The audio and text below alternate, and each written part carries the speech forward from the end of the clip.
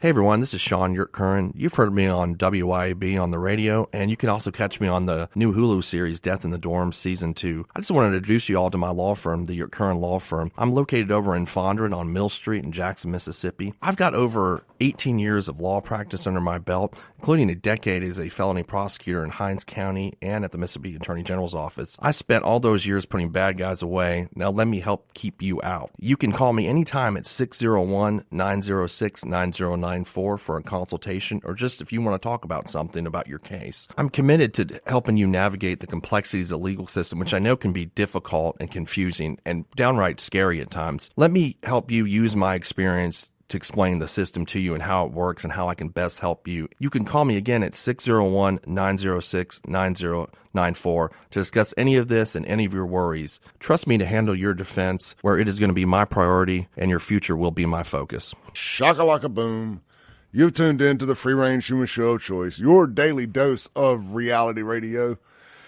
If I hit the button, it will start right now. That's a little premature startulation on the show this morning. This is the Clay Edwards Show. I'm, of course, Clay Edwards, live in the BuyFAFO.com studios for another day or two. It's the BuyFAFO.com studios. Get on there. The big St. Patty's Day parade is this Saturday downtown Jackson, but bigger than that is the Martin's after party right there, the big block party with Mustache the Band. If you like 90s country and you ain't seen Mustache the Band, what do you call yourselves doing? Let me draw an analogy. Most of y'all have seen the 80s band, the Molly Ringwalds. They're the country version of the Molly Ringwalds. Get out there, see them. It's going to be a blast. They got a couple DJs inside. They got that new patio out there. Shaun and I went and ate lunch at Martin's yesterday. Shocker. Yeah. And as we're walking out, I look at the patio. I was like, oh, man, right here is going to be the spot Saturday. So people are going to have a good time there. So get down there. Get your green shirt. I'm telling you all that to tell you this. Get your green shirt from me. That FAFO. It's the Mississippi MAGA. You want a conversation starter. Sold over 100 of them already. Probably going to be the most worn shirt at the parade. Get in where you fit in. Holler at me if you can get it. If you get your order in before lunch today, I will really up to about 4:00 today. I will personally take the package to the post office. Make sure it gets in the mail on 2-day, and you'll have it Friday. If you wait and you live and you're willing to come to the Brandon area, I will meet you and sell you a shirt. But anyway, I got a few left. Got about 25 shirts left. I do not want to get stuck with them, and I know everybody's going to want a green shirt as we get closer. So I'm out of 2X. My 2X guys grabbed all of them already. So anyway, got Shaun YURTKURAN here in the studio. Shaun, are you going to go from blue hair to a green hair for Saturday? No, I got my Stokes hat, though. I got my Stokes hat ready. It's a really nice one. I actually paid for a nice one to be made, instead of one of those crappy trucker hats. I got one of those really nice flat build ones. Yeah. So, I've got some green, beard dye. Oh, do you? Yeah, I bought it a couple of years ago for something we were going to go do, or last year. Ended up, maybe it was the Brandon the Brandon Mardi Gras parade. Ended up deciding not to use it, but either way, it's gonna be a big time downtown Jackson Saturday. Guns and Gear text line 769-241-1944, 769-241-1944. The phone line, if you want to call in, 601-879-0002. Shaun, yesterday my question of the day was, what grinds your gears? And it kind of took the whole show. And, I imagine so. and so I think we're going to revisit that segment again weekly. But I want to ask you real quick, when I say what grinds your gears, what's the first thing that you think of? Not the second or third or the fourth. I can tell you right now what's on my mind is JXN WATER. Yeah. That's grinding my gears a lot. I know I got a couple guys, and also your friend Michael Applewhite, he seems to be on this too, and a couple other people are, constantly inboxing me about it. But it's really grinding my gears a lot about the way they're handling things. I mean, I understand the water's working, and that's the most important thing, so I don't want to sound not, Well, let me put it this way.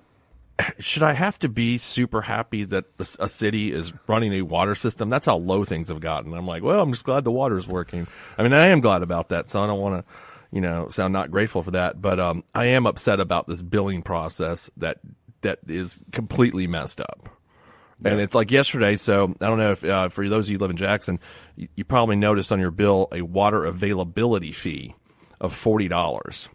So everybody got charged that. I got a million different texts and calls about it. And so now they're charging you $40 because water is available at your residence or I guess apartment complex or whatever. I don't know how they break that down there with those. And I thought, Clay, I was like, so that's where we're at. The fact that water is available, there's a fee for that.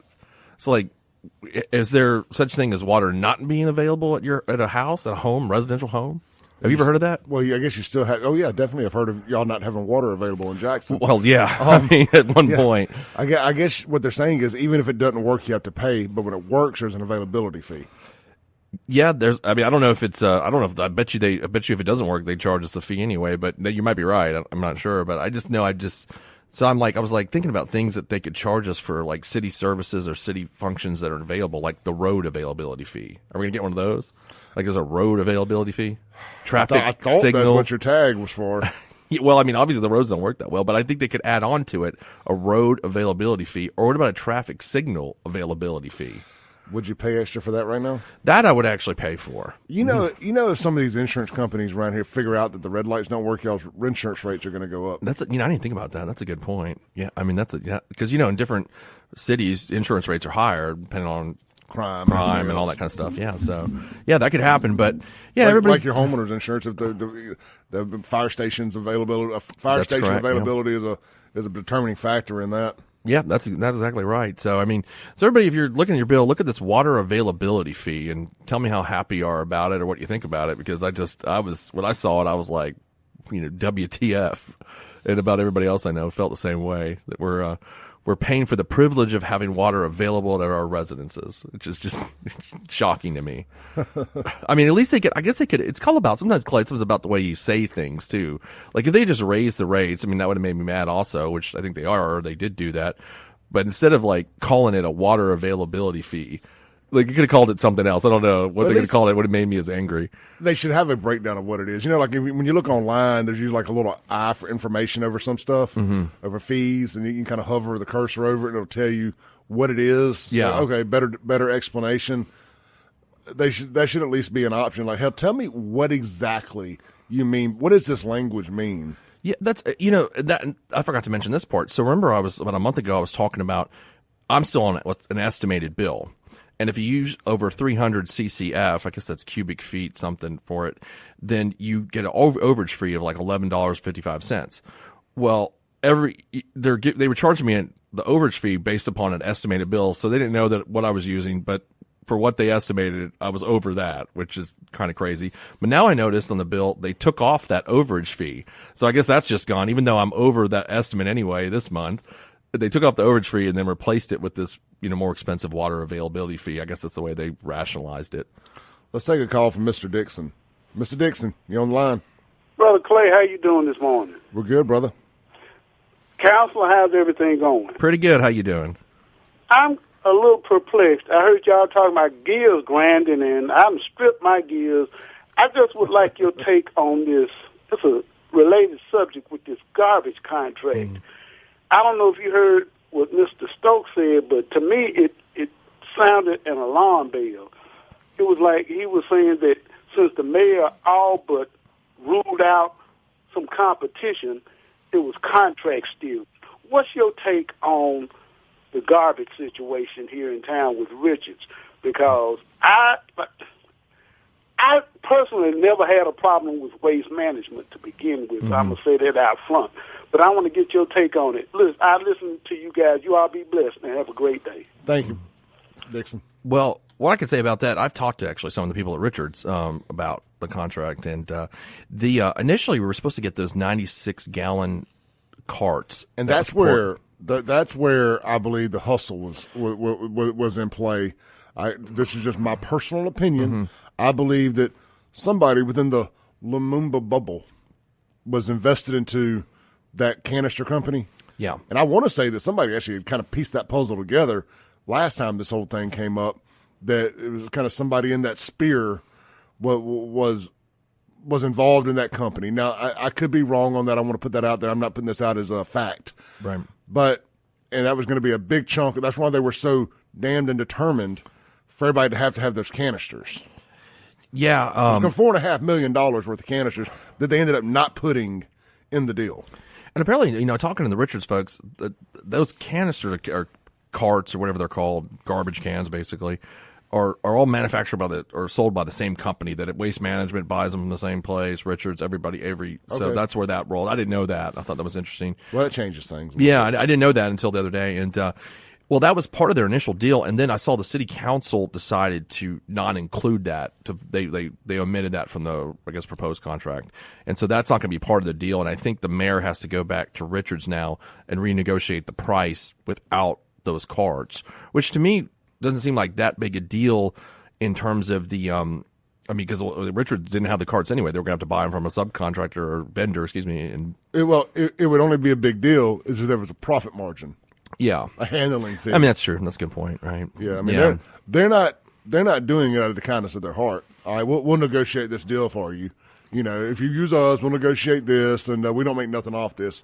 If they weren't making no money, it should be easy breezy, cool, no canisters. And this is just something else I found interesting. I was like, my question to them was like, doesn't everybody have a garbage can? Because I thought, I've always had a garbage can, and they said yes, but the problem is everybody doesn't use garbage bags. They just dump their garbage out. And I've never done that. I've always used I'm sometimes civilized person, not all the times. But you use the garbage bags, don't you? Put it in the garbage can? Yeah, because I don't want my garbage can in the kitchen stinking because I just throw all my garbage in it. And like a lot of these modern day garbage cans don't even have bottoms. It's just kind of I don't know. I think mine has a bottom, but you'll see some that are just kind of open on the bottom and they just kind of, the bag is the bottom. There's like a little metal bar or something that kind of rests the bag. I've seen it. I've seen that. Well, apparently this is a big problem in the city where people don't use, and then they just let the garbage fester, and that was one of the issues. Let me say this: paint me shocked. Yeah, I knew you'd love that. I meant to tell you that the other day. I forgot we were talking. But. Paint me shocked. A lot of Jacksonians throw their trash, literally just throw it out. That's pretty much that's actually a bigger problem than you'd realize, and I did not know anything about that. That was because it's probably being undersold, if anything. Yeah, and that was some of the reasons for that actually made sense to me in terms of actually having that cart, which would, I guess, the way they were explaining would have alleviated some of that issue. It's big enough where the garbage wouldn't be spilling over and that kind of thing. So that was kind of the reasoning for that. But I didn't know people just threw their trash out like that. So. I feel stupid. I should have realized that, but I just that's didn't. One of the perks of living in Belhaven and Fondren. I guess so. And it's why I don't take a whole lot of those folks serious when they try to play like they're urban warrior because they decided to stay in Jackson. Like, you live in a bubble. Because they're hanging at the coffee shop talking about really serious urban issues. You go That's live, what I see a lot. You go live around some South Jacksonians, and I mean in the heart of it for a while, and then get back and tell me how great the bold new city is. Let's take a break. We'll be right back with Shaun YURTKURAN on The Clay Edwards Show.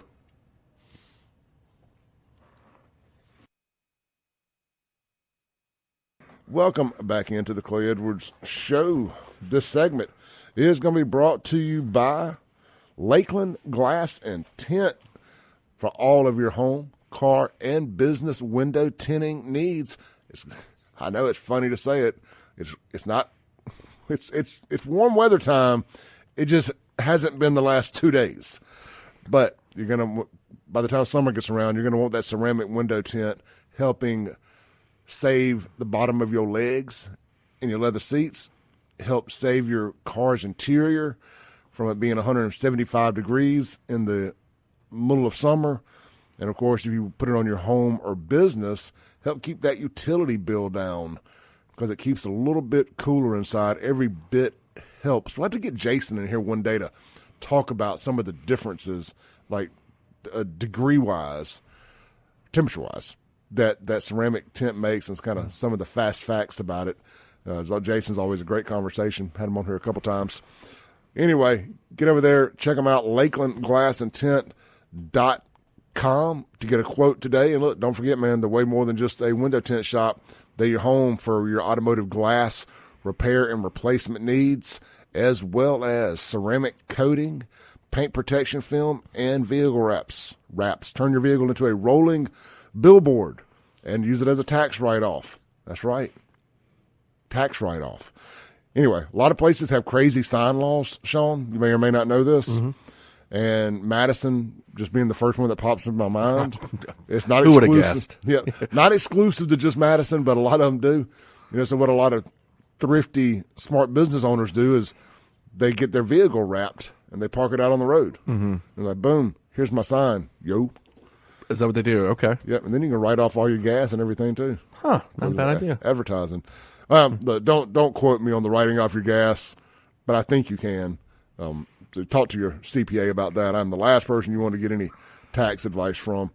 But back to Lakeland Glass and Tint. Check them out today where quality matters. LakelandGlassandTint.com.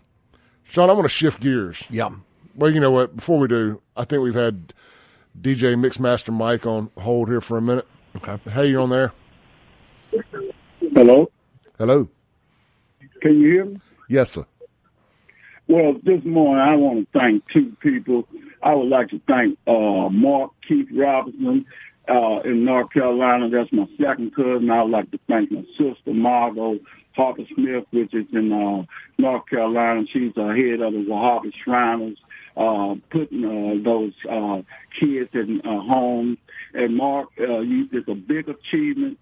We really do look alike, man. We the same age, but I'm very proud of him. That's what it's all about, taking back our party, which we, as Freeman, started the Republican Party. And I'd like to say this about Mr. Dick. The hustle is gone with Kenny Stokes. When I was an investigative reporter for the Jackson Advocate, he busted in the room, and Waste Management gave him a substantial amount of bribes, him and Ben Allen. So that was it's all about, getting a contract with Mr. Robert Gibbs, Attorney Robert Gibbs. See, this thing with these attorneys, it's got to be exposed.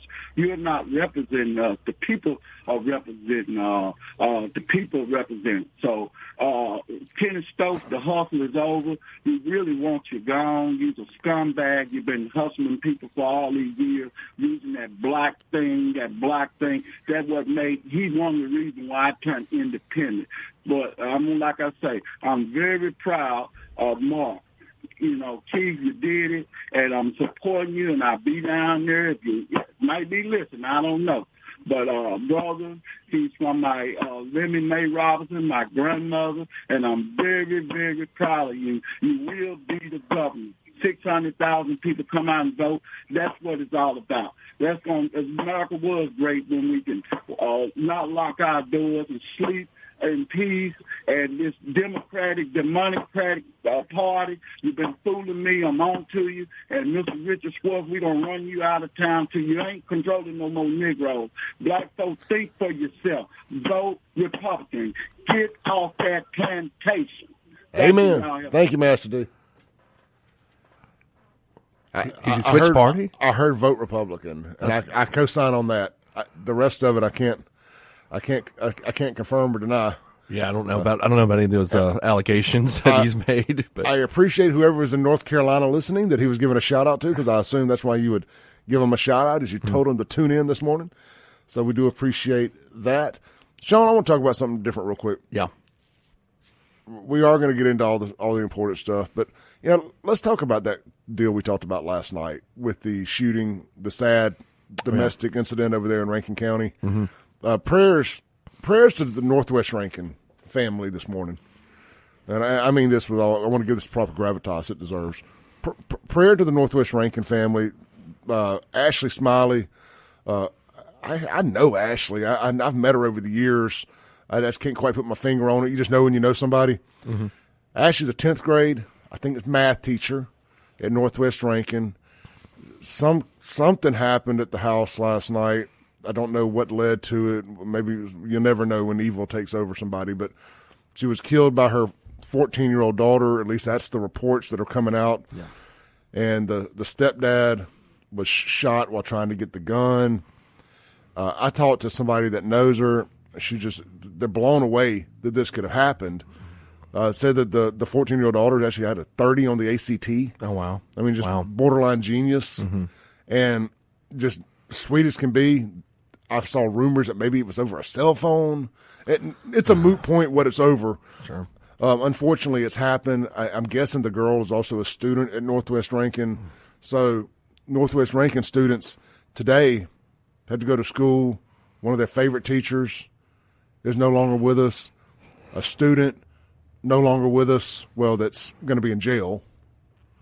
Yeah. And just a loss of two great, potentially great people. You know, and I'm not defending whatever the girl did was absolutely evil. I'm just saying this is clearly a girl who had the world in front of her, had the opportunities, living out in the suburbs, highly intelligent, and chose to throw it away, you know, for whatever reason. Her mother seems to be loved by everybody, is now deceased. And this is where I'm going to shift gears a little bit here. Shame on Jacksonians, and not everybody, but a loud minority online. I'm going to be polite and call it the loud minority and not say the majority. A loud minority online decides to – I was out to a dinner last night. It was a alumni dinner for the Real Men Wear Pink American Cancer Society. Mm-hmm. I was out at this dinner last night, and obviously I was not on social media during this time. I come back in about 9 o'clock, and I'm looking at all my online activity, and a lot of insane far-left Jackson nut jobs are tagging me in these stories about this incident. You ain't going to talk about this?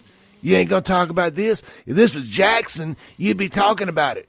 You know, never mind the fact that I actually broke the story before I left the house with raw video from the scene. Mm-hmm. But I'm not trying to take credit for that.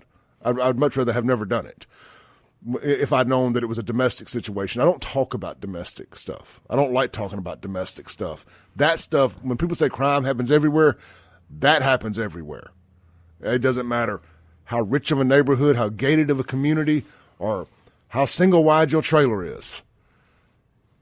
Domestic situations happen everywhere. And for you people that don't know the difference, domestic does not just mean man and husband and wife. It means anybody inside the house, a relative, whatever. It could be mom and dad, dad and child, whatever.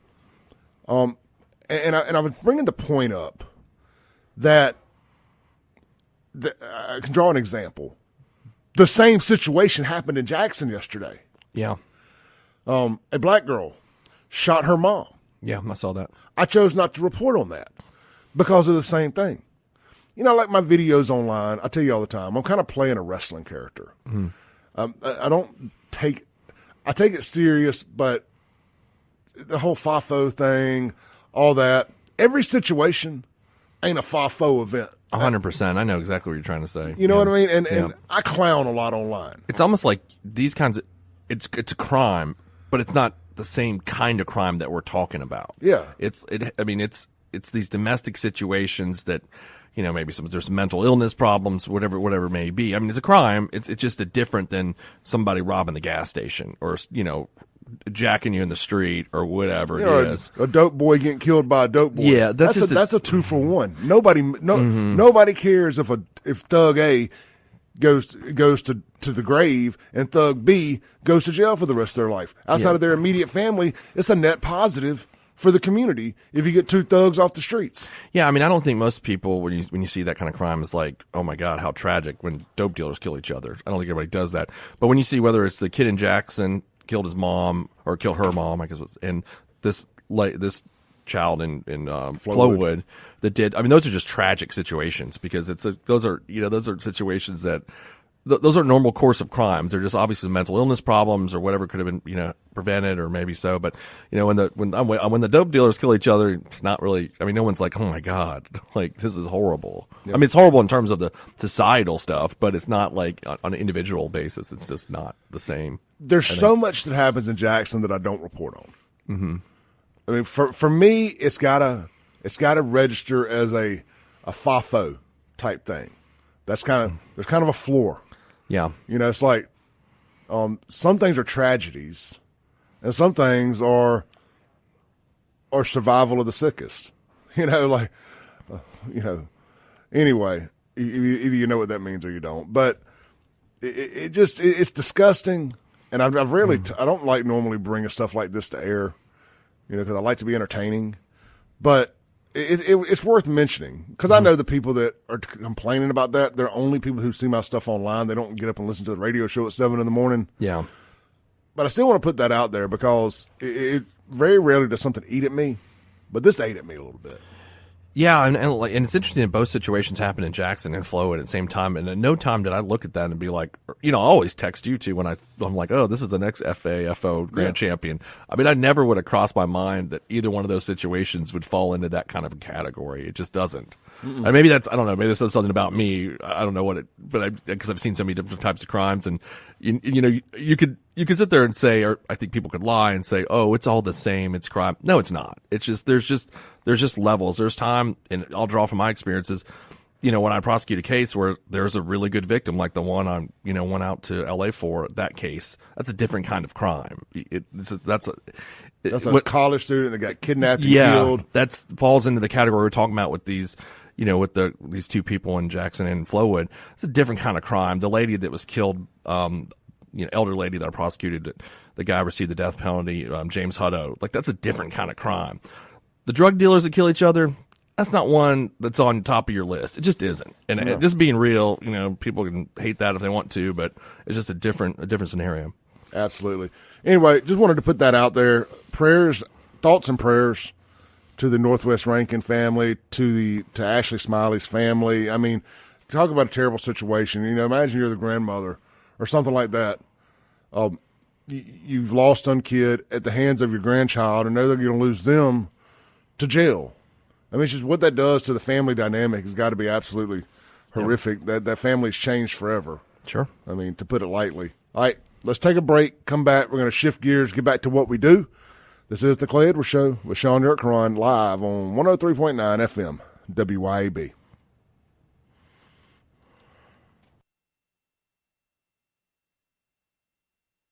Welcome back into the Clay Edwards Show. This segment brought to you by Stonington Farm Beef, 100% grass-fed, 100% grass-finished, Mississippi-raised beef. Coming up from Perkinston, Mississippi. They should be up here in a couple of weeks. Probably not this Friday, obviously. I would think that'd be by next Friday. Anyway, get your orders in now at StoningtonFarm.com. That's Stonington with 2 N's, farm.com. 100% grass-fed, 100% grass-finished, mRNA, antibiotic, and steroid-free, Mississippi-raised beef. There's no better feeling when you're out shopping than to know you're supporting a fellow Mississippian. I mean, they're fixing to build this big brand new super farmers market deal out in Brandon. I saw the pictures last night. Shout out to Andy Gibson. It looks phenomenal. What a great job he's done. Anyway, I know that Stonington Farm sets up and sells at places like that down on the coast. I told them already. I said, man, I hope to see y'all up here at this new farmers market. Granted, it's two to 4 years away from being complete, but that's the kind of stuff. It's just a great feeling to know you're supporting your own. I mean, these WYAB listeners and myself support these advertisers that we have here. Mm-hmm. And even if it's not an advertiser here, which are all mostly locally owned businesses, I still like to make sure I'm supporting a locally owned business. Whether I'm buying a car, I'm buying steak. And it's local, Mississippi. Not, if the closer to the Tri-County area I can keep it, the better. But because I want the tax dollars to go to around my area. But in-state, I'll take it. Anyway, it's just a good feeling. And Stonington Farm is a great, great beef. They're sell out every time they come up here now, and you got to get your order in advance. So good for them. Guys, check them out. You won't regret it. I'm telling you, whether you like the steak or any of that other stuff, if you're sleeping on the hamburger meat and you use hamburger meat for casseroles, anything, hamburgers, you will not be disappointed. Meatloaf, it's all phenomenal. Tacos, I can't tell you how good the tacos are. I got my girlfriend eating the Stonington beef. She told me the other day, she's like, when are they coming back up? She's like, I need like 10 pounds of that hamburger meat. It's so good.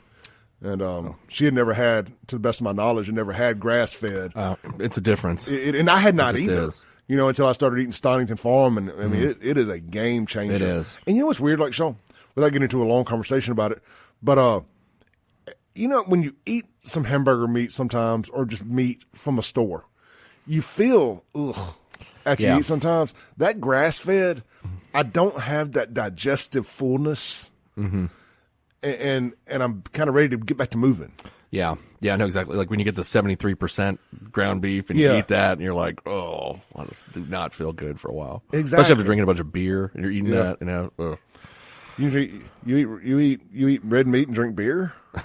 Yeah, occasionally. You commie. Occasionally. All right, well, look, check them out, StoningtonFarm.com. You will not be disappointed. I would almost tell you, if you buy it and don't like it, I'll buy it from you, but I can't commit to more than about $100 worth. You will love that hamburger meat. I don't want the steaks, but the hamburger meat, if you buy it and don't like it, holler at your boy. I'll take it off your hands within reason. That's not a guarantee. I just want to put that out there. Let's see here. Shaun, I know we got some topics. We want to get into the Goon Squad stuff. Let's say that for the top of. Yeah, that's gonna be a long conversation. Yeah, let's say that for the top of the hour. I got a topic I did on my live stream yesterday that was extremely popular.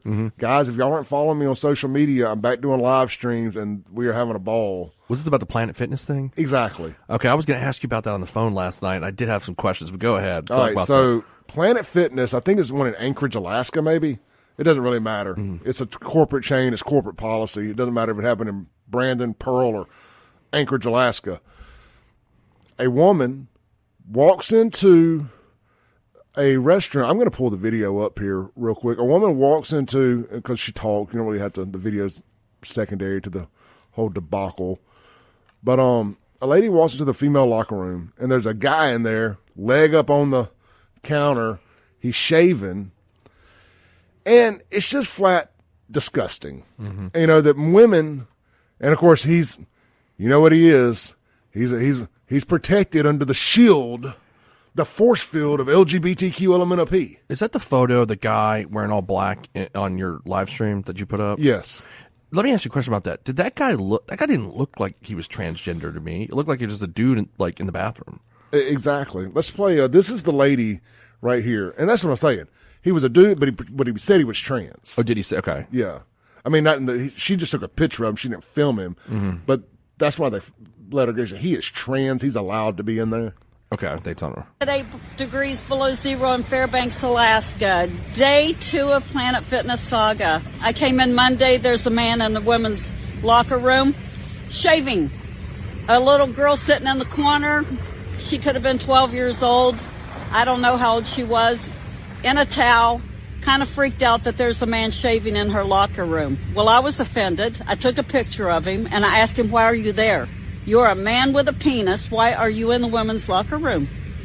And he justified by saying, I'm queer LGB. And I said, you shouldn't be in the women's locker room. Well, I left. And as I said this morning, I got canceled.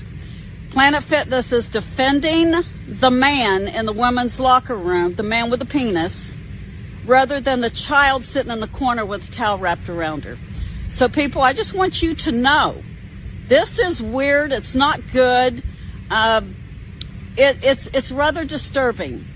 So I would like for you women to stand up and have a voice and stop the shenanigans. You have authority. Use your authority. I took that picture because I felt like I was in an unsafe space. And so I'm probably going to go report this to the police today, but I just want to tell Samantha and Joe that work there and own it, thank you so much for canceling my membership. You saved me the trip. Have a... Shaun, I know you're not a parent. I don't think you had to be a parent to have this conversation. Right. What are your thoughts about this? Well, I had two ways. First of all, if it's true, okay, assuming everything she said is accurate, yeah, it's absolutely ridiculous. I mean, you know, it's insane. I think most of us would agree with that. I mean, except for, you know, the insane. The Hamas holes is who I call them now. They're part of the left. That's my name for them. Hamas. What is it? Hamas holes. Oh, yeah. Yeah, and maybe they wouldn't agree with it. Okay, so let's start with that place. If it's true, it's insane, and Planet Fitness has got a real problem by doing something like that.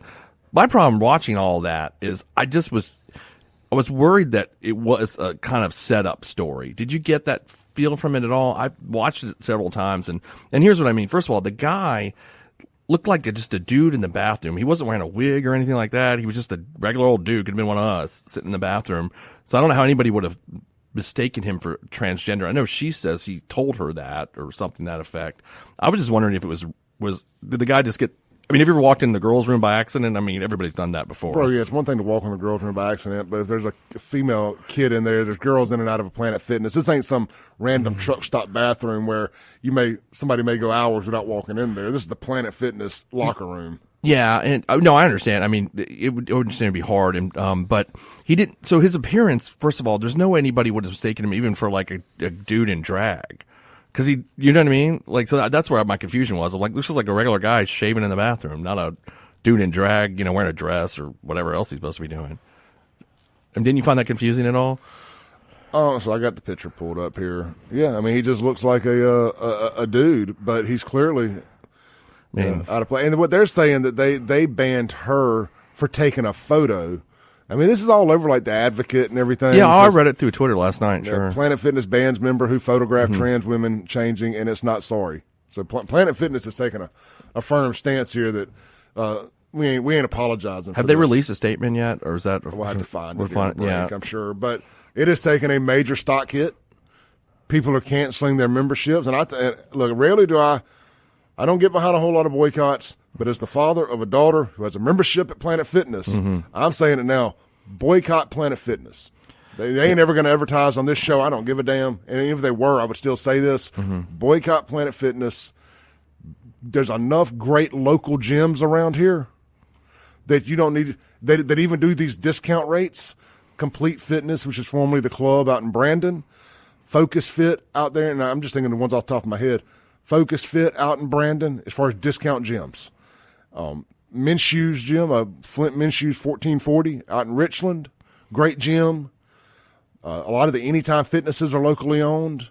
Fondren Fitness, where I go. Yeah, Fondren Fitness, Cut and Dry Gym, phenomenal. It's not a discount gym, but if you're serious about working out, Cut and Dry. You got Gluckstadt, the formerly Stark, up in Madison, where Anson and them work at. There's some great gyms around here that you don't need to be, unless these are your beliefs. But if you're listening to this show, I know you bout a certain life. We might not agree. We might not agree on everything. We might not agree politically. But one thing most of the Clay Edwards Show listeners have in common is they're able to say a man's a man, a woman's a woman, and there is no debate on that. Sanity versus insanity. It ain't right versus left, black versus white, gay versus straight. This is sanity versus insanity. No, I agree with you. I mean, if it actually happened, this is all true as reported, then yes, it's insane, and Planet Fitness are idiots. I mean, I think that's just wait. My concern though is like with our internet culture, I worry about small businesses, not the Planet Fitnesses. I mean, I guess they're individually owned. I don't know how it works, how that setup is, but I worry about like stories being put out and then it takes fire on Twitter, and then the veracity of them is challenged, and then like a business has got destroyed because of it. You know what I mean? That's the only concern I have. Just by listening to that lady's statement and then seeing the picture of that guy just made me question it. That's all. Here is Planet Fitness's. No, this is from February of 2019, but it's a post from Twitter. It says, "Hi there. Just wanted to say real quick that we welcome the LGBT plus community and support our trans customers' rights to self-identify and use the facilities as correlates to their identity. It's definitely a company-wide policy." Oh, that's from what year?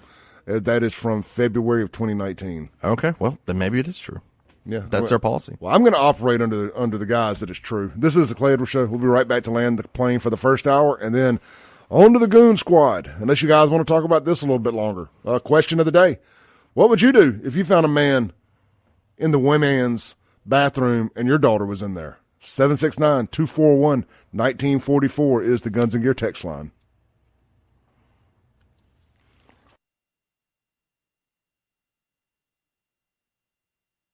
Welcome back into the Clay Edwards Show. We got about a minute here to close out the first hour. We had a call. Chris called in and said if he catches a guy in the girls' bathroom with his daughter, he's going to identify as a dentist and remove a bunch of his teeth. Now, I know we've seen that floating online, but it's no less funny every time I hear it because it's so true. I mean, look, what are the chances of us finding a guy in the girls' bathroom around here? Probably really slim, but it's not impossible, and it does happen. And you look at the invasion of women's sports via transgender nut jobs. You know, it is a social contagion right now, and a lot of people aren't just being trans. They're pedophiles that are pretending to be trans so they can get around naked girls. And that's disgusting, and they should be castrated for doing so. We'll be right back.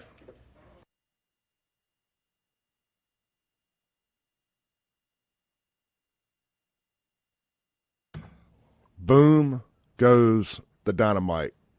Welcome back in. It's hour 2 of the Clay Edwards Show here live on WYAB. Streaming worldwide at WYAB.com as well as the TuneIn app and Alexa. Just search WYAB. Remind everybody there was a problem last week with our podcast, according with some people on Apple Podcasts. All you got to do to fix that problem, if you're not seeing updates, is unsubscribe and resubscribe. And look, one thing, I use Apple Podcasts as my preferred podcasting app on my Apple phone. If you open up Apple Podcasts, just pull the screen down and reload. That usually will update because every now and then you got to close the app and start over. You got to reload it, whatever. That will usually fix the problem. You know, don't forget your phone is a bit like a computer. You got to cut it off and start it over every now and then, and that may very well fix the problem too. This segment is going to be brought to you by our friends over at Watkins Construction and Roofing. Guys, I was at I'm going to tell you a little personal story about Watkins real quick. I'm going to keep it short. I always talk about, obviously they do a great job of roofs. They're going to do a complimentary inspection, come out there. They're not going to try to oversell you. They're not going to undersell you. They're going to be professional. They're going to contact you along the way. All the best customer service in the world. You ain't got nearly 600 fake 5-star Google reviews. You know what I mean? They're earned. But it's what they do, how they give back to the community, that I've always been so impressed with Michael Deere and his team. I was at the Real Men Wear Pink alumni dinner last night, and they had their rep there, and she got an award for how she helped turn that into what I guess the American Cancer Society considers a premier event. And I had no doubt. When I pulled up and I saw her vehicle out there because it's wrapped in Watkins stuff, that she was there, and she's done such a great job with the American Cancer Society. I was at a dang Brandon Chamber of Commerce meeting the other day. Watkins Construction and Roofing people there. They're just involved in everything in these communities. They do everything they can. They sponsor every event, ball teams, all this stuff. And Shaun, I don't know about you, man. It's important for me to see people giving back. Yeah. Also, from personal note, one of our mutual friends, Renee, who I go over there all the time, they did a great job on his house, where we're actually having St. Patty's Day breakfast Saturday. Yeah. We wouldn't be able to have the breakfast if there wasn't a roof. Yeah. So they did a really good job, and I know he really appreciates it, and didn't know about him unless, he heard it on the show. So yeah, so good folks, man. Look, a lot of people do great roofs, and I don't want to sit here and take away from anybody, but they do great roofs, and they do great customer service, and just what they do back in the community, I believe, is second to none. Not just above other roofing companies, period. Mm-hmm. Period. So we love having Watkins on the show, and I've been friends with them for years, worked with them previously, not on the construction side, but we shared a building at Watkins Auto Sales before they built their own, and just good folks. That's all I can say about it. It's the best I can say is they're good folks, and I mean that. All right, shifting gears, Shaun. Goon Squad. What everybody's been waiting for. Have they? I keep getting messages about it. So it's kind of ran its course in my personal interest. My tank is running empty on this one because it's just drug out so long. I think the interest, obviously, we've been talking about this for almost a year now, it happened over a year ago, but then we really got into it. I think the question on everybody's mind is, we know what the question is. What's going to happen to Brian Bailey? That's the question. Hold that thought. We have a caller on hold that I was not aware was on hold. Let's take it. Let's go to our infield correspondent. We have Kingfish on the line. Okay. Hey, you there? Morning. How you doing? When are you going to do a live remote from Planet Fitness? I may go this afternoon. I wouldn't put it past you. No, I was in the courtroom yesterday for both hearings. Yesterday they heard, first up was Hunter Elward. He was one of the shooters at the Braxton House. And then that afternoon they had Jeffrey Middleton, who Shaun will remember because back when he was a prosecutor, Mr. Middleton was a JPD cop hauling ass down Highway 18 in South Jackson, and he was driving, 100 miles an hour, ran into a guy, killed him, T-boned him at a red light. Yeah, remember that very well. The impact was like 87 miles an hour, and, DeLauder was the judge. You could figure out who the lawyer was, and guess what? I think Ed Peters is a 2-year lawyer. Non-adjudication, expungement, the whole 9 yards, and he becomes a cop again. So, as far as I'm concerned, yesterday was justice for back then, too, Yeah, I think wasn't Ed Peters a lawyer on that case?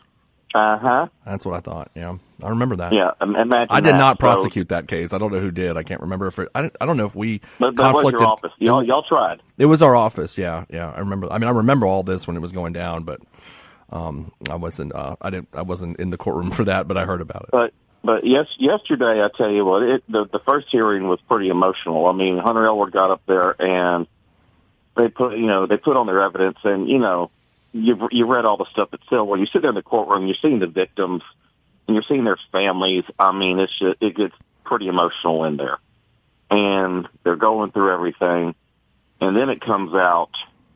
Remember, there's a second case here also, and that the facts are just now coming out this week. And I think I told you, Clay, a while back, just wait till the sentencing because there's a second case, and that's when you're going to find out what happened there. And I'm not going to say his name on there, but they pulled over this white guy. He was a suspected thief, and they're trying to get out of him information where's the lawn equipment you stole. And so it was Elward, it was Updike, and it was Deadman. And, Deadman winds up, pulling out his gun and shooting into the ground next to the guy, pointing the gun at the guy. They beat the heck out of him, scared the shit out of him. But then now it gets really sick. Remember, it was Deadman who used that sexual device, on Jenkins and Parker, that night. Yes. I'm just going to say sexual device. Is that okay? Yeah, that's fine. Okay. And so then he winds up, they get him in a, submissive position, and he winds up, let's just say he just, like in Blazing Saddles, takes it out, whips it out. And so he sits there and tries to make him, do you know what? And to his face, and the guy won't do it. So then they pull his pants down, and I hate to say this on the air, but Deadman then grabs it, says, "Oh, this is big," and then he turns around and then he starts dry humping the guy. I don't know any other way to say it. Sorry, Matt. Anyway, so and you're just sitting there going, "What the hell?" I mean, what demons are in this guy? This is just... Was that lumped in with this sentencing? And I guess that's a good question first. Yeah. Were all of these cases, these like that other 27-page document, is all that going to come back up for more sentencing, or is everything kind of one and done? No, this is all together. Okay.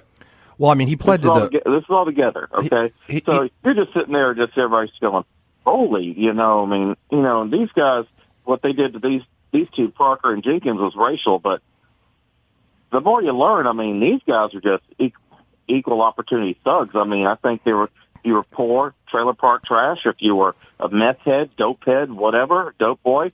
They just saw that as a license where they could do whatever they wanted to you because they knew who's going to raise hell about them. Nobody, right? Yeah. Yep. Then in fact, if the gun they were using a Glock, and you go look online, there's plenty of lawsuits involving Glocks that have accidentally been shot by police officers, right, Shaun?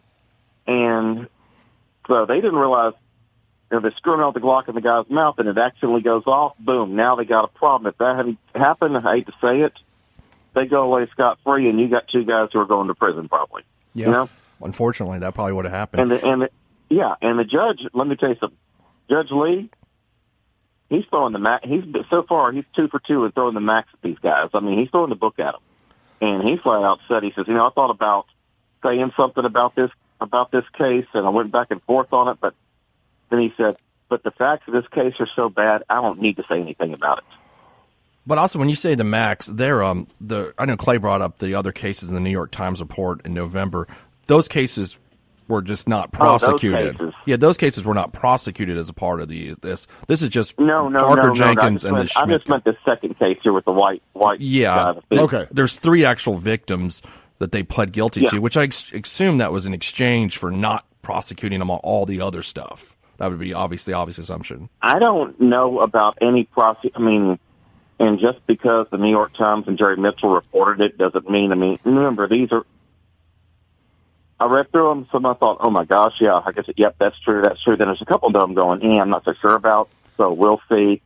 And yet, we've yet to see anybody, I'm not hearing of any prosecutions of Bailey. I know they're trying. To get people to flip.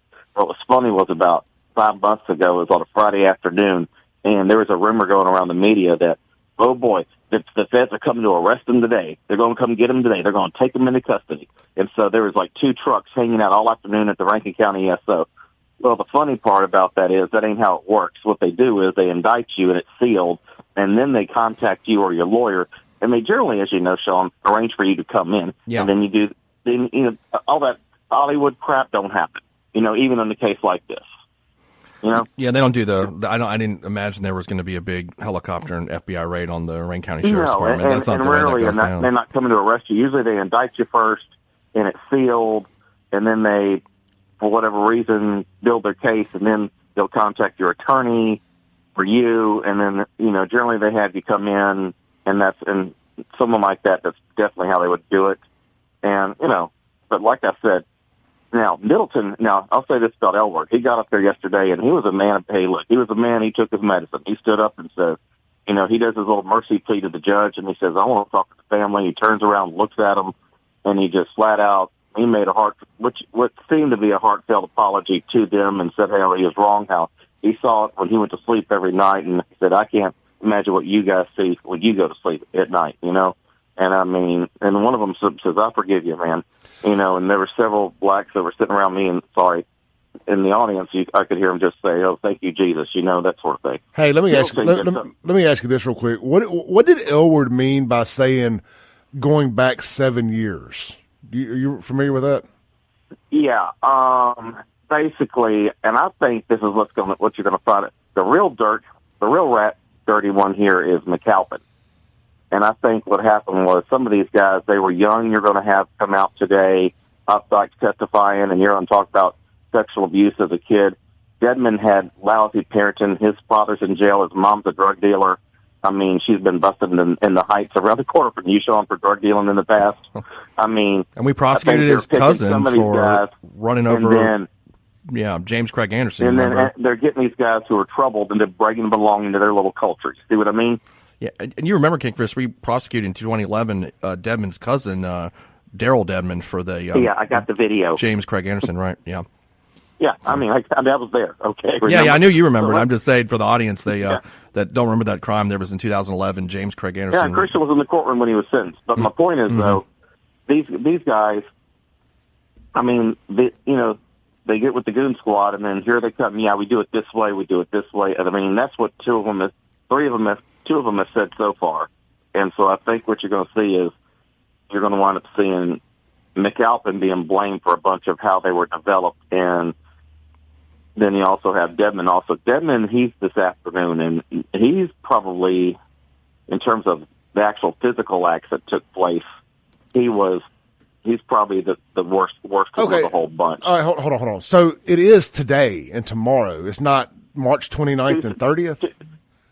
2 sentencings per day. Okay, this wasn't on your site. This was WLBT in their second article that came out yesterday after the second sentencing. They said the next 4 were going to be on March 29th and 30th. I was like, man, why 2 weeks apart here? But thank you for clearing that up.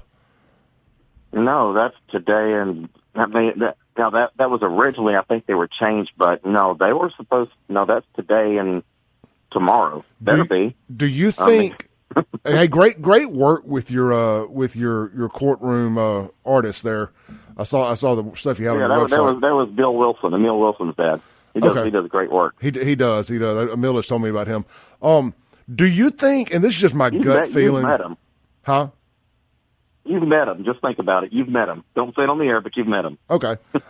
Yeah. Let me ask you this. Do you think Dedmon, because the sexual nature of some of his abuse, do you think that they throw the book further and harder at him, or do you think it's going to sit around about the same thing? But you look at what all he was doing. I mean, Carlos Tanner did a great job of outlining it yesterday. I mean, most of the violent acts, I mean, Dedmon was the one doing them, you know? Yeah. Dedmon and Elward. You know, I said on my live stream yesterday that if Clay Edwards was in that position where I had one guy shoot the gun out the side of my mouth and another guy sexually abusing me, I could give one of them 30 years and one of them 20. I'm giving the guy that sexually abused me 30 and the guy that shot me 20. Man, I'm giving them both 30. Well, yeah, but if I got to pick, if I got to pick, I'm taking the sexual abuse worse than I am being shot. But like I said, you can tell that Judge Lee is just disgusted. I mean, in fact, when the mother of Jenkins gave her victim statement, he just said, that was a horrifying experience, ma'am. I mean, he was very empathetic with her. And, and he's not one of these emotional judges on the bench at all. And, it moved him, you could tell. I mean, so it was just, let me put it this way about Dedmon. I mean, when you look at what he was doing in these two cases, everybody likes to make the little prison jokes. Yeah, they're going to love you when you get to prison. Well, I got a feeling one defendant here might be the one doing the loving and might be the aggressor, if you get my drift, you know? I got you. Yeah. All right, Kingfish, thank you. Y'all check out JacksonJambalaya.com for all the updates on this. Kingfish, you'll be in the courtroom today? I know I'm making the second hearing. That's going to be Dedmon. I'm trying to make the first one. That's going to be interesting to understand. That's going to be pretty interesting. And Updike, you'll just have to wait and see. All right, look, plan on calling back in the morning if you can. I want to hear your perspective again. Yeah, but it'll have to be the first hour. Okay. Sounds good. Bye. Thanks. All right, let's take a break real quick. Come back. I want to unpack all of this with Shaun, tap into his 10 years as a former prosecutor, and see what he's got to say about all of it. We'll be right back.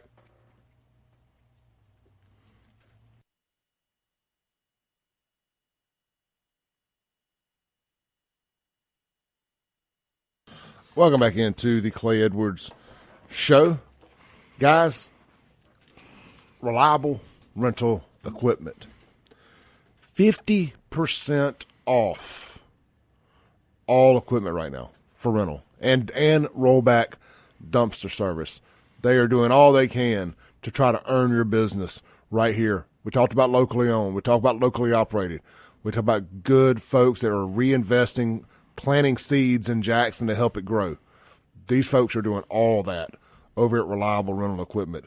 If you're listening to this show, you live in Fondren, Belhaven. I know a lot of you guys that do, or a lot of do-it-yourselfers. I see y'all outside working. I follow a lot of y'all on social media. I know you like to do a lot of stuff yourself. Support the people in your neighborhood. They're right there, corner North State and Meadowbrook, just right on the outskirts. I'm telling you, you're going to go in there. You're going to have a great experience. Steve, the owner, solid dude, a Jacksonian that's investing back into Jackson, him, his wife, just good people. They're trying to grow this thing, and they need your help to do it. And I'm telling you, check them out. And we talk about supporting local. To my point, when they're in your zip code, when they're in your neighborhood, those tax dollars help your neighborhood. They help fill those potholes and take care of those problems and pay a policeman's salary and so on and so forth. So check them out, man, whether it's a zero-turn mower, a weed eater, or a rollback dumpster, lifts, trailers, backhoes, bulldozers. They got it all at Reliable Rental Equipment. Check them out online, reliablerentalequipmentms.com, or just go by and see them and check out some of the stuff they have there. You can buy or rent all of those things. You just need it for a small one-time project. You can rent it from them. And they're doing free delivery within a certain radius. So that's why I'm kind of focusing on Fondren and Belhaven here. If you're in that area, you're taking care of your property. It's warming up outside. You want to have the best looking yard on the street. Get over there and rent some equipment to help you accomplish that without having to go to the hardware store and buy it. And then, hey, you can also buy it from them. Reliable rental equipment ms.com, or again, just go by and see them right there. Go say hey to Steve and the team right across from the old Meadowbrook movie theater on the corner of North State and Meadowbrook. All right, Shaun, let's unpack it. Sure. Let's do it. Let's start with your first critique. This is not the max that it could have been. Yeah, and they pled to, and of course, I wasn't a federal prosecutor, so it's not really my area, but I can just tell you from a general view of prosecution, there were specific crimes that they pled to, and I think one was like deprivation of civil rights under color of law, a bunch of things. And they pled to 3 specific victims, one being Mr. Parker, Mr. Jenkins, and this new man, I forget his name, I think it's Schmidt or something. So those 3 have now, they pled to these cases. As we all know from, anybody who's read the New York Times following this, Mississippi Today, there's a lot of other cases out there. Which ones of those are legitimate and which ones aren't, I don't know. But I can tell you one thing, the FBI knows. Yeah, and I will agree with Kingfish on kind of reading through that.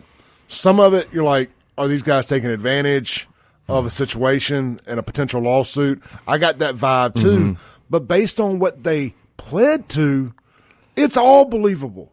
Correct. I think it all follows a specific pattern. None of it could you sit there and say, well, that couldn't have happened. Like it was all believable based on what they've pled to. Yeah, 100%. And I think what happened was they also, if you recall, they pled to what's called a bill of information initially. I think and we have that in state court. Tell us what that is. That's you plead before your case is taken to the grand jury. So it relieves the DA's office, or in this case, the U.S. Attorney's office, from having to present your case to a grand jury. It means you're guilty, and you're going to try to get a lesser sentence by doing that, making things easier.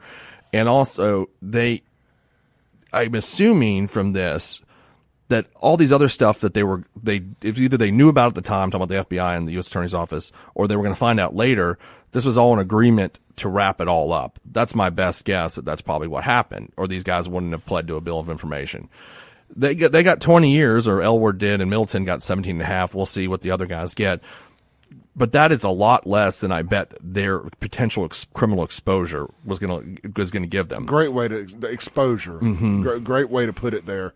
So this was based on what they pled down to, or whatever you want to call it. That's the way it looks to me. Yes, this is the max on that. But what they were exposed to was hundreds of years. Potentially way. We don't even know and of course you and I have heard stories that haven't been reported about this and that, and there's a lot of stuff out there that these guys did for a long time. So I think this was all in exchange for that. I think that kind of a sentence was, is a tough sentence, but it's also much better than what potentially could have happened. Like I said, their exposure. And to me, it seems like it's very apparent that some sort of deal's been cut. And you could hear that from what Elward said. He said that you had to sign on to the goon squad if you were going to work the night shift. Well, that means everybody knew that. That's what everybody knew that was the culture there. Mm-hmm. So him saying that, it just was very telling to me.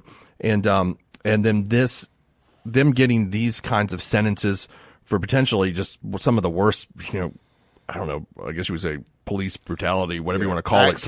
Acts of police brutality. Maybe in the history of the nation, and so I think, at least in modern era.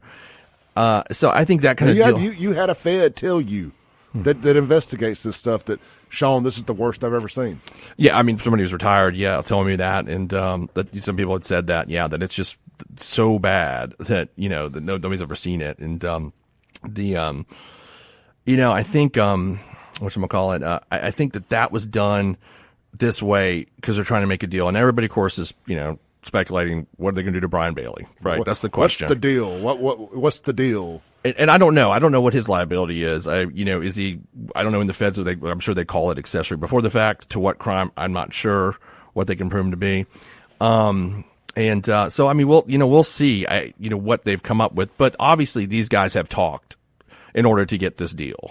That's what happened. What that bears fruit, I don't know. When you go from potentially hundreds of years, which I mean, obviously, we just say life in prison. Yeah, life in prison. To 20, which. Easy for us to sit here and say, 20 ain't so bad considering the other option when it's you that ain't got to do the 20 years in jail. Yeah. But still, at the end of the day, a lot of these guys going to get out in their 60s and live another 20 years or so. Yeah, exactly. Like I think Elbert is 31 years old, so he'll get out at 51-ish or a little younger, not much older than we are now. No. So I mean, he's got hopefully a lot of life left. I'm talking about for us, so hopefully we do. And so I mean, yeah, he's not going to be that old. And the other two, I think. Middleton was 46, so he'll be in his 60s at some point at that age range when he gets out. Because the feds, I'm not an expert on the way federal times works in the Bureau of Prisons, but what I've been told recently is that what happens is that they serve around 80 to 85%. It's not like in the state system where we've got different classifications of crime that you could be eligible for parole, like 25%, most nonviolent crimes, and then there's 50%, and so on and so forth. So it's a little bit different in the feds where they don't do that. So you serve most of your sentence. That's the way it was relayed to me. And so they're going to serve that time. And so the guys that, in their 40s, they're going to be there until they're, like retirement age. But these guys will get out when they're, the younger ones, and they're like 50 years old. So they do have life. That's a better deal than, say, life in prison. And I'm assuming in exchange for that, they talked. What they said, we'll find out. Maybe we won't. Maybe they won't do anything. But, that's what I think, at least. It's going to be interesting to see how it unfolds here in the next 6 months to a year. I wouldn't, I like Kingfish said, it ain't like Hollywood. They're not going to helicopter in. Mm-hmm. But we did get a text on the Guns and Gear text line that said, "Well, ask Roger Stone about that." What about what now? About how how the DOJ will come and arrest you. Oh yeah, yeah. So, I mean, depending on how big of a scene they want to make. Yeah, that's right. I guess they will sometimes. Hey, we got a text. I guess we'll just run over on this segment for another 2 to 3 minutes. Explain. Somebody asked, why did they do this in federal? And, hey, guys, and don't be ashamed. Never be embarrassed to ask a simple question, because a lot of us don't know the answers to this stuff. A lot of us are learning about the legal system every day. And Shaun's a lawyer, and he's still learning about it every day. Yeah. Explain to people why this is federal court, not state court right now. Well, I mean, there's, the federal system and the state system are two separate sovereigns, basically. So you can be charged, I'll give you an example, being a convicted felon with a firearm. You can be charged with that federally, and you can be charged with that as a state crime. And both of that can be prosecuted equally because it's separate sovereigns. So these are different crimes that they were charged with federally, like I think, again, deprivation of civil rights is a federal crime. In state court, I think they were charged. I haven't looked at this, what the state charges were, but I think it was like aggravated assault maybe was one of them. Yeah. I believe that was one of them. A lot of these laws exist under a different name in the state statute versus the federal. Well, I mean, deprivation of civil rights is different than aggravated assault, but there's things that correlate that they brought state charges to. And because the state said we got to do something, and I think always what happens a lot in these contexts, Clay, is the feds, if they bring a charge, then the state will bring one, and then state will just run it concurrent. It's just a big to say we did something. So that will there still be a state trial? No, I think they pled guilty to that, if I remember correctly, whatever the state charges were. I can't remember what they were. But. Well, not a trial, I'm sorry. But, I mean, will there still be a court appearance to put all cross the T's and dot the I's? I think they had that already. I think they did that several months ago. They pled guilty in state court, if I'm remembering that correctly. Well, I remember they went out to Brandon and did something. Yeah, I don't know. I don't remember I just didn't pay attention to the state portion, because the state was kind of like, I mean, put it this way, it was kind of like sprinkles on ice cream. You know what I mean? Like the feds already had them. They were going to be subjected to that. Just a formality. Almost that, where they were going to have some state time too, and that was going to be concurrent. So I had somebody ask me last night, or they were being polite, but I did my live stream yesterday, and I mentioned that they were going to be running state and federal would run concurrent, and the lady tried to tell me that was not the case. I'm like, I'm almost positive it is. I'm pretty sure that's what the deal that was cut, or at least that I read. Yeah, because there would be no point in them agreeing to anything if they were going to tack 20 years parallel, on top consecutive of consecutive to whatever the feds run, or the feds is. They wouldn't. You just go to trial at that point. It's like, I mean, if you're going to get the rest of your life in prison, it's kind of like we used to. The old murder law was you could only, now there's second degree murder, but when I was doing it, there wasn't. It was just manslaughter or murder. And if you were charged with murder, your option was go to trial, or plead and get life, or go to trial and get life. Well, you might as well go to trial at that point. Yeah, you may get a Hines County jury. Yeah, you just might as well roll the dice at that point. Hey, so and then if you're found guilty, Adrian Wooten may just throw the conviction out. That's another thing. Let's take a break on that. When we come back, we'll answer some of your texts on the Guns and Gear text line, and I want to get to another Kingfish article on his website from yesterday. Adrian Wooten, the same Adrian Wooten The same judge in Hinds County that locked up our good friend Anthony Fox when he was clearly innocent has now let a clearly guilty murderer go throughout the jury's conviction. Make it make sense. You can't. This is the Clay Edwards Show. We'll be right back.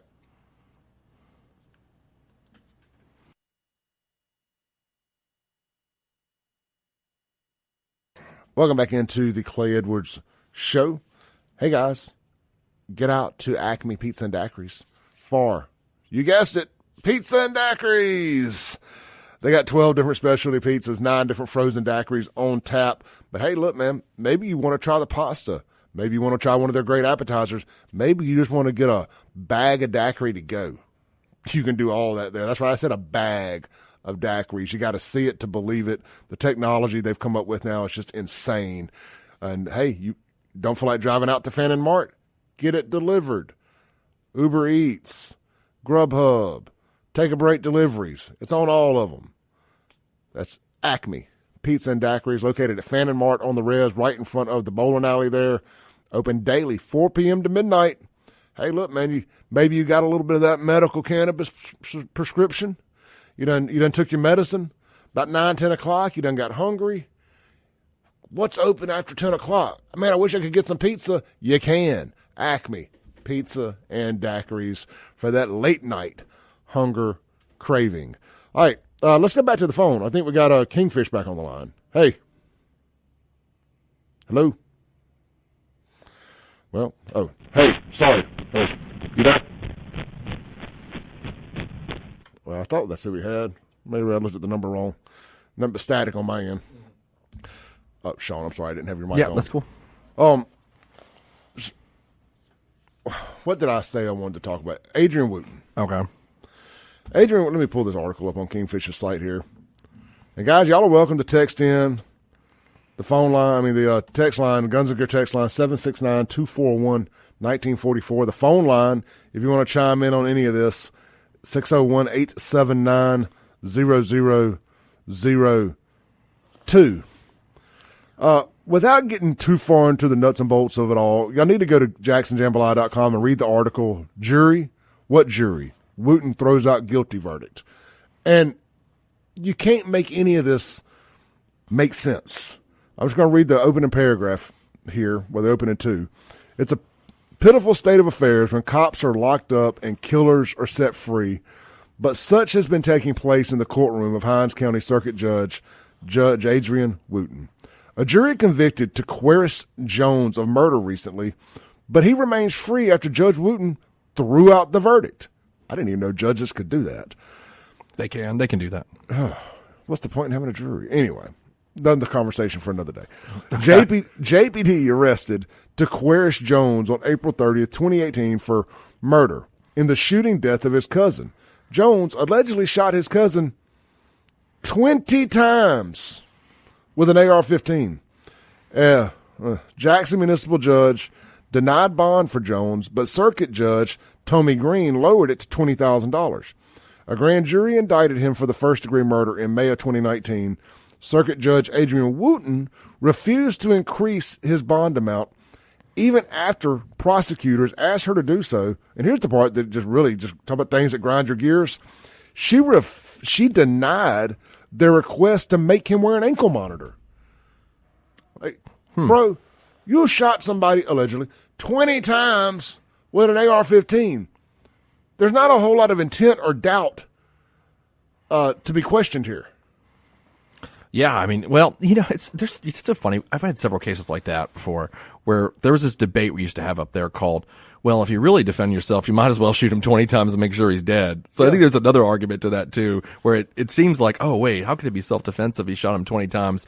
But if you really defend yourself, maybe you would want to shoot him 20 times. I think you go both ways with that, I guess is my point. All right, let's try this phone call again. Yeah. Hey, you're on there. Hello? Guys, I love answering the phone, but you got to work with me. You got to work with me. When I'm on the air and I answer, you're on the air. Anyway, Shaun, going back to this. This is not the first time she's done this, correct? I heard that there was one in February but I think it was different. It was a motion for a directed verdict, which is different. This was what's called a motion for judgment notwithstanding the verdict, which is after the jury's rendered a verdict and the judges can throw out the verdict. Then there's a directed verdict, which can happen at several points in the trial. One after the state's case in chief, then after the state finally rests. So that's a directed verdict, which is just a different thing. Before the jury gets it, the judge can direct a verdict for acquittal, which I think she did last month in February. I don't know the circumstances behind that case, though. Gotcha. That's all Greek to me. Let me say this. Yeah, I'm sorry. I'm probably not explaining. Yeah. It's hard for me to explain that easily, but yeah. Understood. Yeah. Let me say this.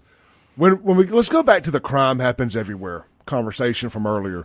Murder happens in Rankin County. Murder happens in Madison County. A lot of murder happens in Jackson, in Hinds County. The difference and this has always been my thing, not just the amount of murder that happens in Jackson, the punishment for it when it happens.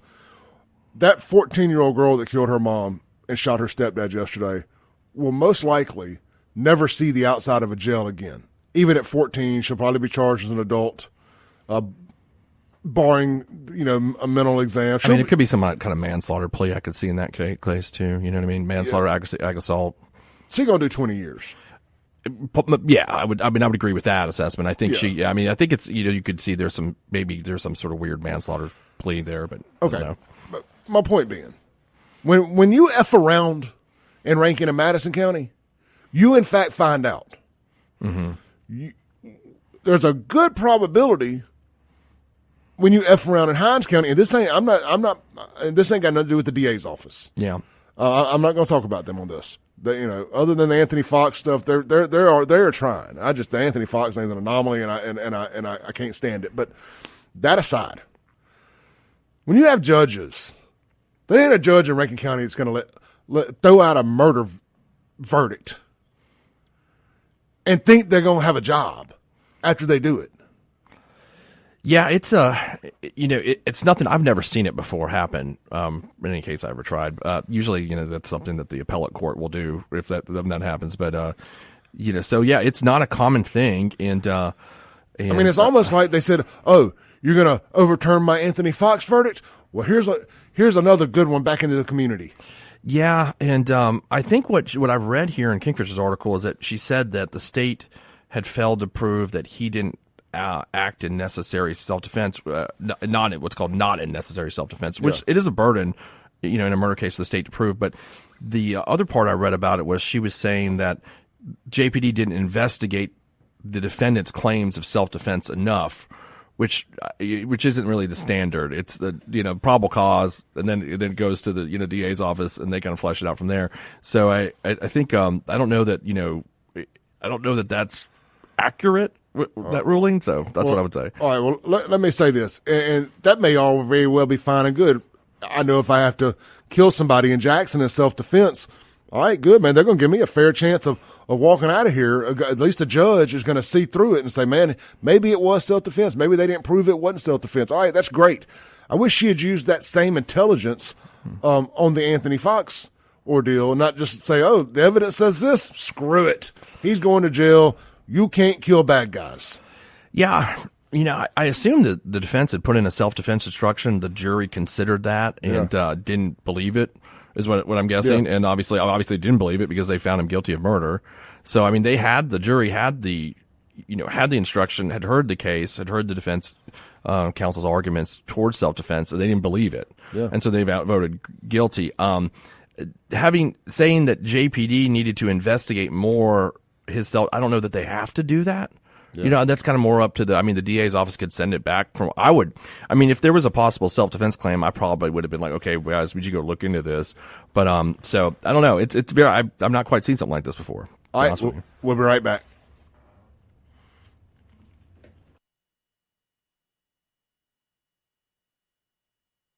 Welcome back in. We got about 30 seconds here. I want to thank everybody that participated in today's show. Shaun, great job. You were hitting on all cylinders today.